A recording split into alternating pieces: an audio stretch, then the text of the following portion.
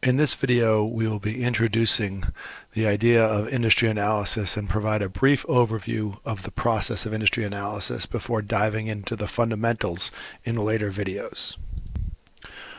We first want to start with identifying the objectives of industry analysis. Our goal is to get an understanding of the competitive situation and what's going on inside the industry. So we're looking at defining the impact of competitive forces on industry prices, costs, profit, and the nature of investment.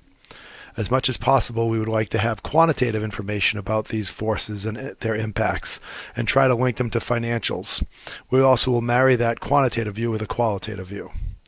It's important to note at this point that we're talking about the external environment outside the firm, so the unit of analysis should be the industry. We should not be discussing single firms at this point.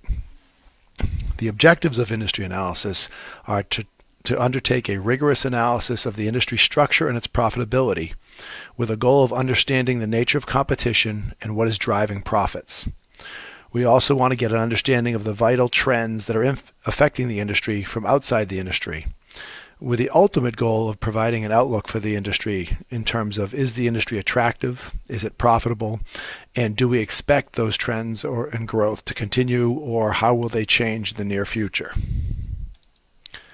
The motivation behind industry analysis is really to understand what drives firm profits. As you can see from this figure, firm profits are driven by three main factors. One, macroeconomic factors, which are factors that occur outside the industry, which is part of industry analysis. Two, industry factors, or things that happen inside the industry, such as buyers, suppliers, etc. And then three, firm-specific factors. Prior research has shown that the industry influence, both macroeconomic and industry factors that are inside this red box, can account for 35 to 55% of the firm profitability depending on the industry and the timing. So it's important, given this large share of firm profitability, we want to understand what that industry looks like and what's happening both inside and outside the industry and how that's going to impact our firm's profits. The process of industry analysis looks something like this. The first step is identify the industry and define it. Identify the product and service and its boundaries, which we'll do shortly. Then you will conduct a Pestel analysis, which involves analyzing the macro trends that are outside the industry and prioritizing those. Then you conduct an inside the industry analysis of Porter's 5 forces that analyze the forces affecting profits, and then prioritize which ones are driving industry profits. And then finally, you make an assessment of the overall industry attractiveness by looking at the Pestel analysis and Porter's 5 forces and come up with a current profitability of the industry and its future outlook, identifying key driving trends and forces for the near future. This is an overview of the process, and in the next few videos, we will dive deeper into each one of these blocks. We must first start with defining the industry. And the industry an industry is defined of firms whose products or services provide value in functionally equivalent ways.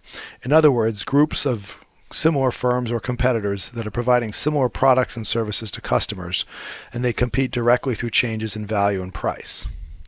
It's also worth noting that within an industry, there'll be multiple market segments. From marketing, you've probably learned about different market segments and different target markets. So within one industry, you'll have multiple market segments defined by the nature of customer preferences along the industry demands and along those industry products and services offered. It's also worth noting that the boundaries of an industry are not necessarily definitive. There's no one single way to define the industry, and we often may see different boundaries based on substitution on the demand side, where consumers are satisfying the same need by different products or services, or supply side, where a producer is satisfying the same need from a potentially different industry. Thus, defining industry boundaries is often a judgment call, and if you're new to this, I highly recommend relying on the expertise of industry analysts and stock analysts and the analyst community who are experts in this area, and they can typically provide some insight into what they consider the boundaries of the industry. Again, remembering that even these experts often disagree where the boundary exists. In sum, it's worth noting that industry analysis involves multiple levels, starting outside the industry with an environmental analysis or a Pestel analysis, then moving inside the industry to looking at Porter's five forces, and finally, finer grained detailed analysis in terms of markets and competitors.